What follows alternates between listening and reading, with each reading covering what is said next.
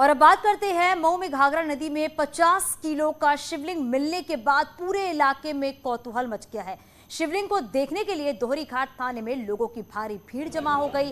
Police ने पूरे विधि विधान के साथ शिवलिंग को थाने के मालखाने में रखा है। दरअसल दोहरी घाट इलाके में मल्लाहों की नजर घाघरा में बहकर आए शिवलिंग पर पड़ी है, जिसके बाद उन्होंने पुलिस को इसकी सूचना दी, जिसके बाद पुलिस ने मौके पर पहुंचकर शिवलिंग को अपने कब्जे में ले लिया है और कोतवाल की कुर्सी पर शिवलिंग रखकर उसकी पूजा पाठ की गई। बाद में शिवलिंग को मालखाने में रख दिया गया है। पुलिस शिवलिंग को लेकर जांच में जुटी हुई है। आखिर शिवलिंग कहां से बहकर आया है? कौन नदी मिला? अभी तो आया है। कौन नदी मिला? आगरा में 10 साल बाद एक परिवार में खुशियों की बारिश हुई है। मां के सामने जब 10 साल बाद उसका बेटा सामने आया तो उसको अपनी आंखों पर विश्वास नहीं हुआ।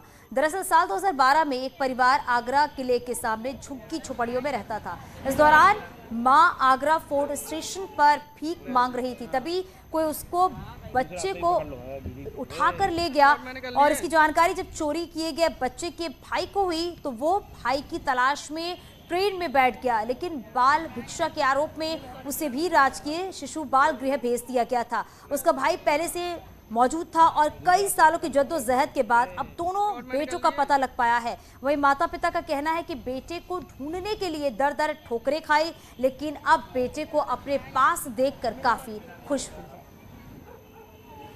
है। ऐसा हुआ जैसे अहमदाबाद से मेरे पापा कह रहे थे, अहमदाबाद से मुझे छुड़ाया था तो उन लोग को मैं जयपुर छोड़ के आ गया था। वहाँ पे जयपुर से छोड़ने के बाद फिर मैं अपने भाई को ढूंढने लगा। मैं भाई खो गया था पहले। हाँ, वो स्टेशन से उठा लिया था जी। आया उठाया तो उसको मैं ढूंढने लगा। मैं तो क्या हुआ, मैं आगरा कैंट में पकड़ा गया। जैसे ही वहाँ पकड़ा गया तो फिर मैं चालन वालों के पास रहा सी कुछ दिन। उसके बाद मुझे शिशु गृह में डाल दी, जहाँ वहाँ भाई तो मिल गया मेरे को जी। हाँ, फिर वहाँ पर डरे बहुत थे। अच्छा। हाँ, किसी को बता नहीं पाए हम लोग, किसी को नहीं बताए अपने भाई के बारे में इतना। तो उसके बाद क्या, मेरी जब 10 साल उम्र हो गई तो मेरे को भेज दिया वहाँ पर फिरोजाबाद। वहाँ 8 साल रहा तो वहाँ पे सौम आ गया था। जब मैं 1 महीना रहा उसके साथ में तो उसके बाद मुझे नखलो भेज दिया। नखलो इतना मुझे मालूम था हाँ मेरा भाई है। तो उसके बाद जब मैं नखलो पहुँचा तो मेरे को वहाँ कोई एक लड़का बोला मेरे को, तेरे भाई को कोई इटली ले जा रहा है।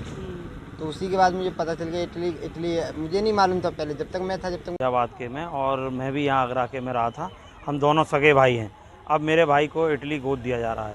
तो पहले तो मुझे बड़ा अटपटा सा लगा, कैसे भाई है ये। फिर लेकिन इसने बताया कि आगरा फोर्ट के सामने जो झुग्गी झोंपड़ियाँ उसमें हम रहते थे, 10 साल पहले वहाँ से गायब हुआ था मेरा भाई। उसे ढूंढने के लिए मैं चला गया था तो फिर मुझे भी यहाँ बाल गृह में दाखिल करा दिया। तो इस पूरी मामले को लेकर जब उसमें पड़ताल की तो फिरोजाबाद के डीएम को, बाल कल्याण समिति को मैंने चिट्ठी लिखी थी। यहाँ आगरा डीएम के सामने भी उसे पेश कराया, क्योंकि कोर्ट ने एडॉप्शन का आदेश दे दिया था